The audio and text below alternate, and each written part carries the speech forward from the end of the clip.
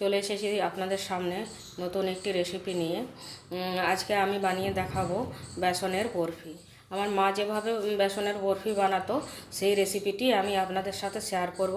তাহলে প্রথম থেকে শেষ পর্যন্ত দেখতে থাকুন রেসিপিটি। তো প্রথমে আমি উনুন জেলে কড়াই গরম করে নেব।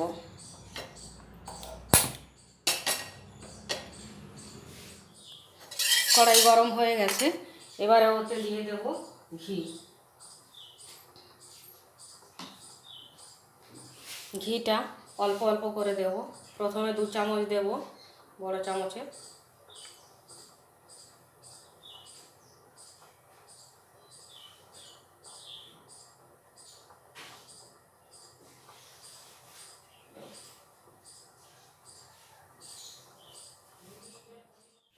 ঘিটা ভালোভাবে গরম হয়ে গেছে, এবারে এই কাপের মেপে 1.5 কাপ বেসন ওতে দিয়ে দেব। বেসনটা আমি ভালোভাবে চেলে নিয়েছি। বেসনটা দেওয়া হয়ে গেছে, এবারে একদম লো আঁচে নাড়তে থাকবো। আঁচটা কোনোভাবেই জোরে দেওয়া যাবে না। বেসনটা খুব ভালোভাবে আমার ভাজা হয়ে গেছে, আর বেসনের রঙটাও চেঞ্জ হয়ে গেছে। এবারে ওতে দিয়ে দেব গুঁড়ো দুধ।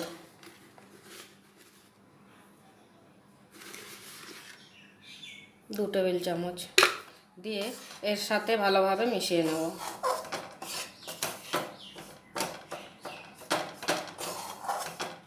গুঁড়ো দুধের সাথে খুব ভালোভাবে মেশানো হয়ে গেছে, এবারে ওতে দিয়ে দেবো এলাচ গুঁড়ো। এলাচ গুঁড়ো একটু ভালো করে দিতে হবে।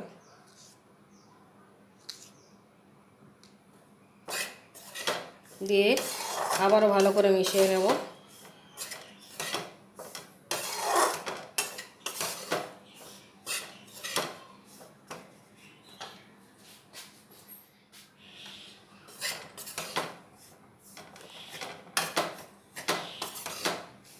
দিয়ে দেবো এবার ওতে দিয়ে দেবো কিছু ড্রাই ফ্রুটস কুচি। এতে আমি কুচিয়ে নিয়েছি কাঠবাদাম, কাজু বাদাম আর পেস্তা বাদাম। অল্প দিয়ে দেব আর অল্প রাখবো ওপরে ডেকোরেশনের জন্য, কেননা খাওয়ার সময় এই ড্রাই ফ্রুটসের কুচি মুখে পড়লে খুব ভালো লাগবে খেতে। এবার এগুলো মিশিয়ে নেব। মেশানো হয়ে গেছে, এবার ওতে দিয়ে দেব দুধ। আপনারা জলও দিতে পারেন।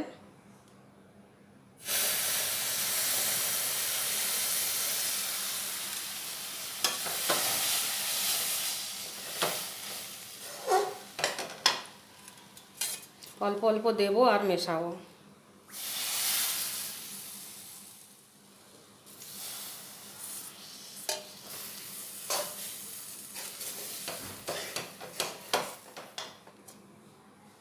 দুধটা দিলে টেস্টটা খুব ভালো হয়।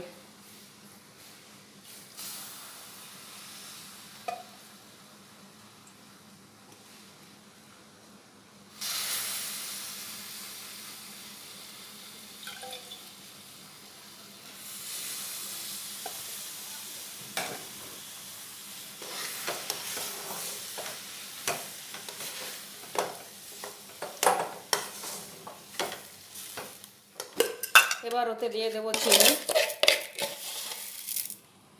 চিনিটা আপনারা আপনাদের স্বাদ মতো দেবেন।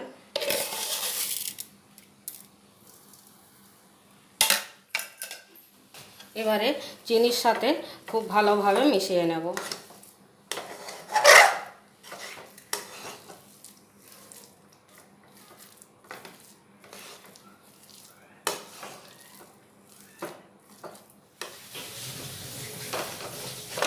বেসনটা হয়ে গেছে আমার। এটা বেসনটা হয়েছে কি না বুঝবেন কি করে, এই যে কড়া থেকে সম্পূর্ণভাবে উঠে আসছে, আর এর থেকে সামান্য একটু নিয়ে ঠান্ডা করে এইভাবে গোল করে দেখবেন। যদি হাতে না লাগে তাহলে জানবেন যে পাকটা ঠিক আছে। তাহলে এই মিশ্রণটা হয়ে গেছে, এবারে নামিয়ে একটি পাত্রে আমি বরফির জন্য তুলে নেব। এখানে আমি ওই বরফিটা জমানোর জন্য এই ধরনের কেক টিন নিয়ে নিয়েছি। আপনাদের কাছে যদি এই ধরনের কেক টিন না থাকে আপনারা থালাতেও বরফিটা জমাতে পারেন। দিয়ে তার উপরে আমি একটা বাটার পেপার সেট করে নিয়েছি। আপনাদের কাছে বাটার পেপার না থাকলে থালাতে বা এই ধরনের কেক টিনের মধ্যে একটু ঘি মাখিয়ে নেবেন। আমি এবারে ওই বেসনের মিশ্রণটি এতে ঢেলে দেবো।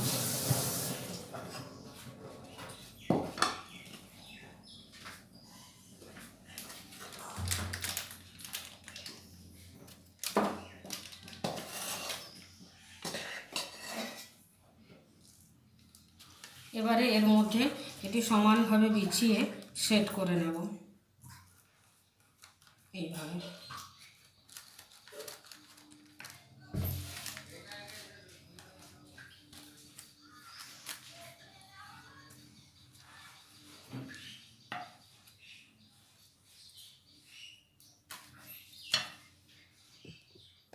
সেট করা হয়ে গেছে।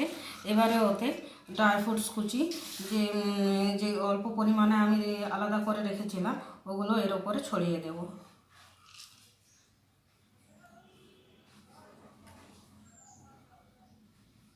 দিয়ে হাত দিয়ে এটাও একটু চেপে চেপে বসিয়ে নেব। হালকা হাতে করতে হবে এটি।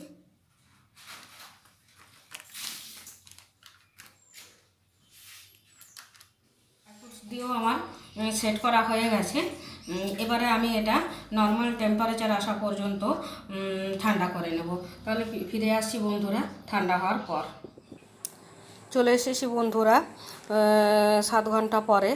তো এটা যখন নর্মাল টেম্পারেচারে চলে এসেছিলো তখন আমি ফ্রিজে রেখে দিয়েছিলাম। দিয়ে এবারে এই কেক টিন থেকে এটা বার করে নেব।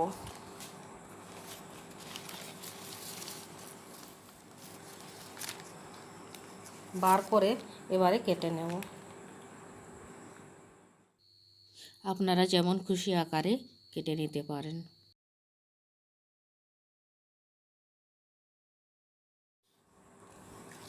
আমি ডায়মন্ড শেপে কেটে নেব বরফিটা।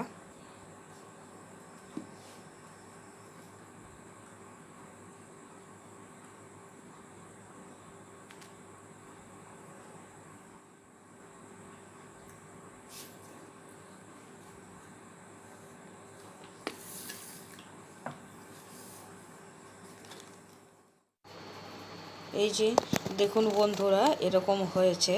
রেসিপিটি যদি ভালো লাগে একবার অবশ্যই যে কোনো পুজো অকেশনে বা এমনিতেও আপনারা বানিয়ে দেখবেন, খেতে ভালো লাগবে।